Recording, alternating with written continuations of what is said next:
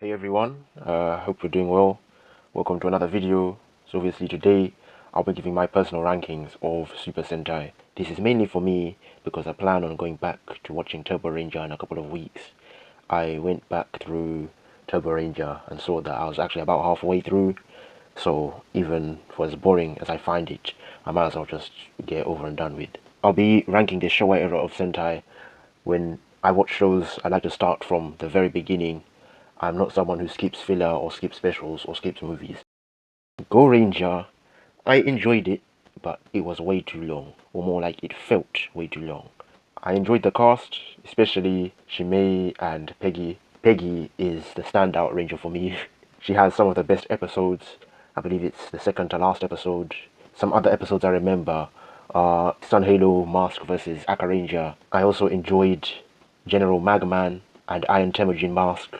I didn't enjoy Commander-in-Chief Golden Mask, but I did enjoy how the things changed after he came in. There was also the episode where the team sat down with that Crossfuhrer. I think it was episode 32. Then he also mentioned Locomotive Mask and how awesome he was. Great music. I enjoyed the 70s-ness of it. I did enjoy how the Gorenger Hurricane could also turn into just some weird things. It turned into a mouse. There's one where it turned into an egg. Just some random stuff. The weapons were interesting. I actually enjoyed Peggy's Iwane, Ikoyo. I'll always remember that. I would want to meet her actor one day. I do enjoy a lot of wackiness at times.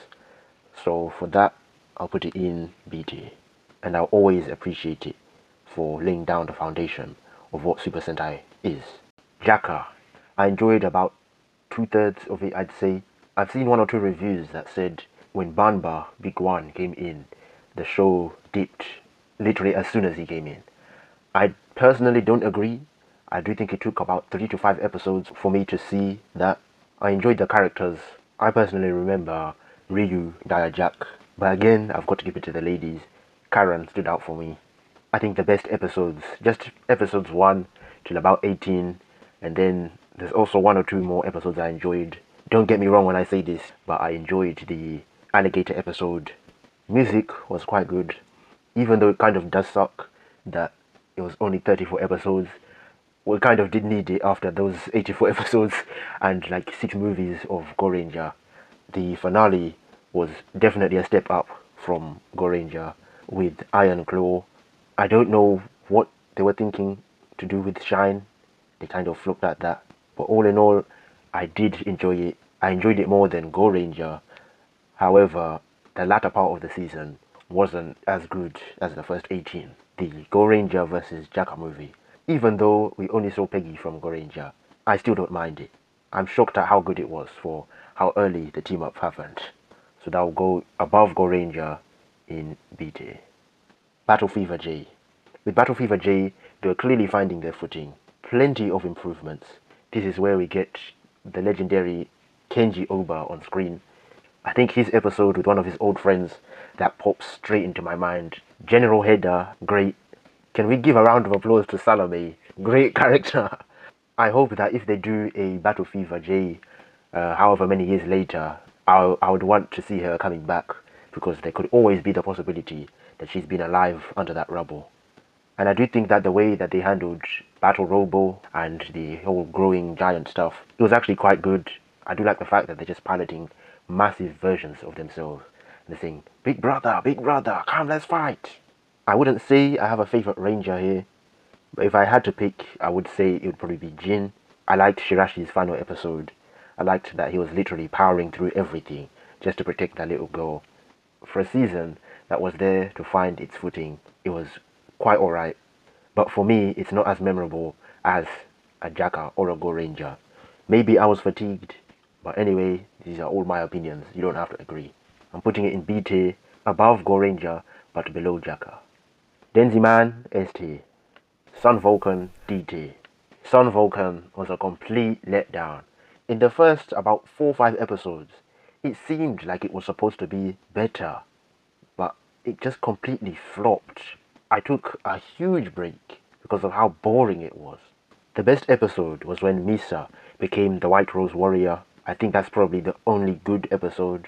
they completely botched Queen Hadrian. The Hail Satan stuff was alright, I guess. I would only say that it became watchable when Inazuma Ginga came in. And Amazon Killer was alright. But anything other than that was just a flop.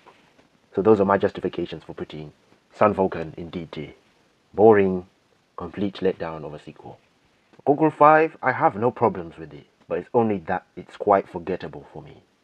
I genuinely don't remember any character names, but I do remember, as I was watching it, I could tell that they were going somewhere with Super Sentai, and I'll always be grateful for that.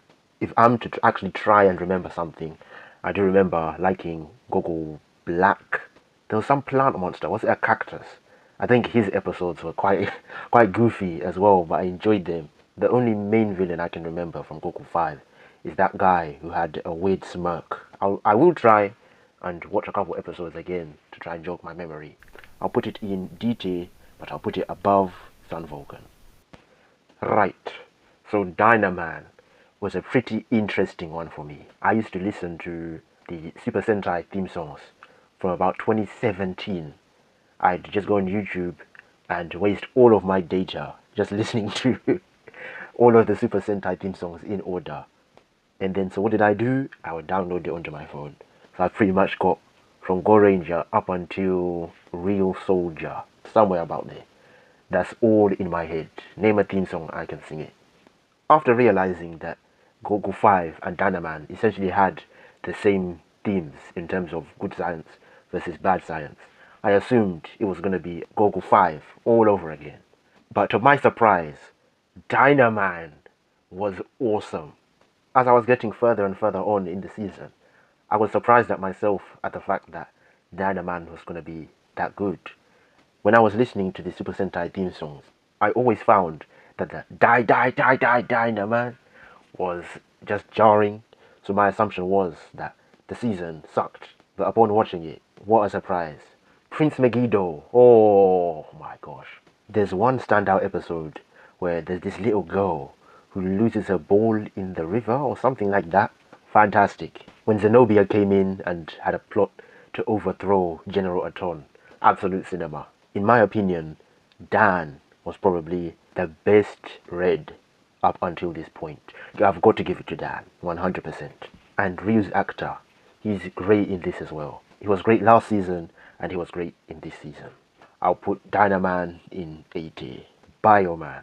Before I started watching Super Sentai, Bioman was the one season that everyone spoke about. When they spoke about Super Sentai, they would start with Bioman.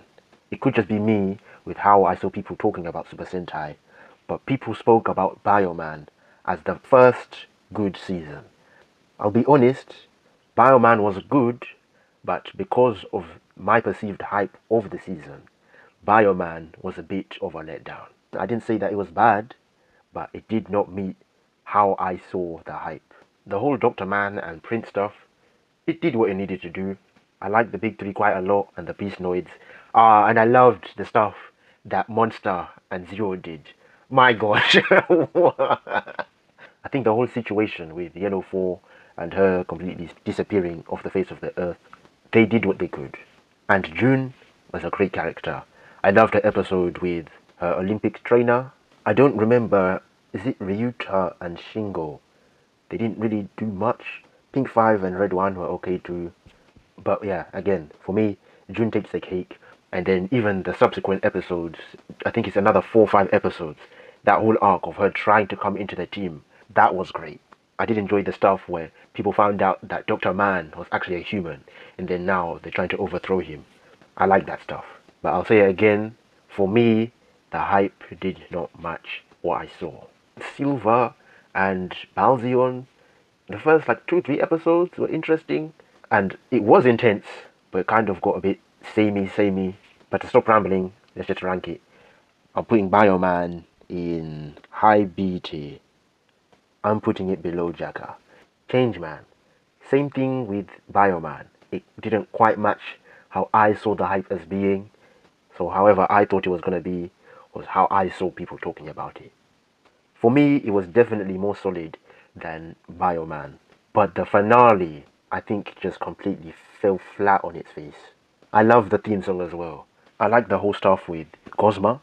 I liked Commander Giluk. The way people were pronouncing Ahamas as well was great. Just the pronunciation of Ahamas. Ahamas. Ahamas. Her story and her end were tragic as well. But I enjoyed the story nonetheless.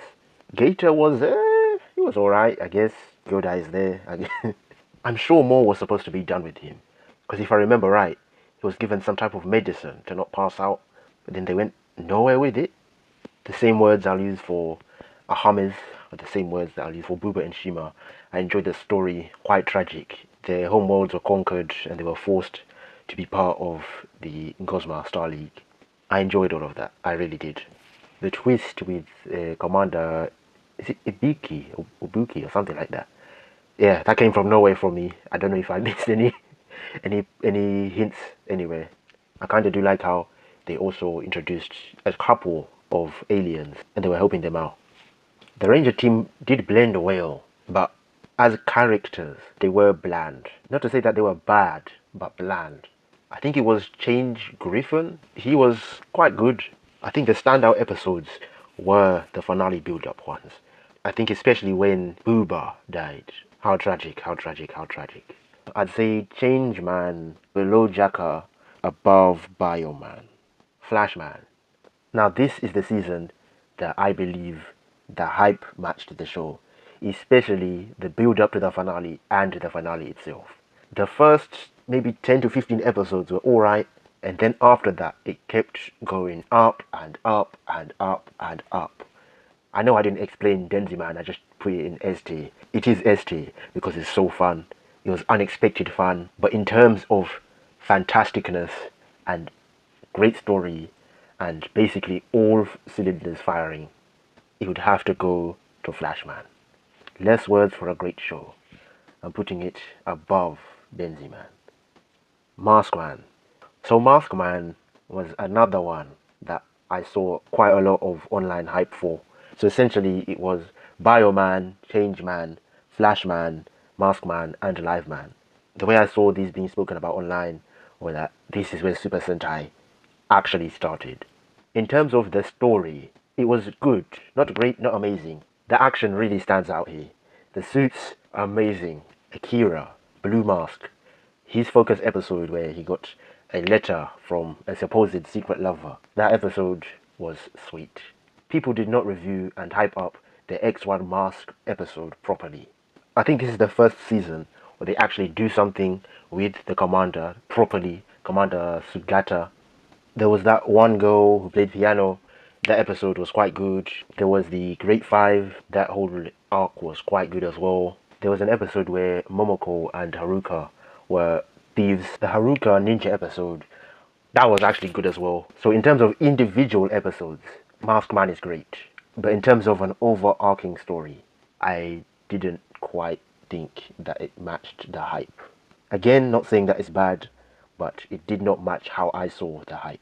I'm realizing that quite a lot of this is me talking about how the shows did not match how I saw other people talking about it. So maybe there might be an issue there.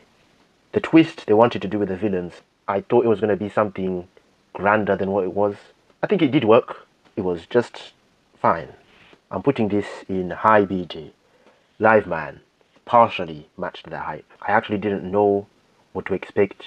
The whole villain stuff blew me away. Yusuke, Joe, and Megumi, they were all great as a trio. Tetsuya and Junichi, when they initially came in, they were good, but then they didn't do anything of note after that. Bias, Kemp, Mazenda, Obla, Ashara, they were all great as well, competing with each other, not knowing what actually would befall them.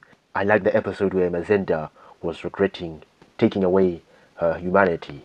Again, not much to say. I thought the story was going to go a bit further. I don't know to where, but further somehow. Now, do I put it in 80 or ST? It's at least high 80, but is it low ST? Because again, Junichi and Tetsuya didn't do much of anything. Let me think. So, great opening arc. Loved what they did with Arashi. Bias, great. Is there anything that doesn't make it ST? Okay, for me, it's interchangeable. I'll just put it in low ST. I think I'm happy with that. So you got 3 in ST, 1 in AT, 6 in BT, none in C, and too in detail. Obviously, these are all my opinions, so if you disagree, there's no problem at all. I'll spend some time looking at this just to see if there's any reconsiderations I might have to do before I get back to watching Turbo Ranger. But Turbo Ranger is a drag. So that's all from me. I hope everyone on the other side of the screen has a good day. Goodbye.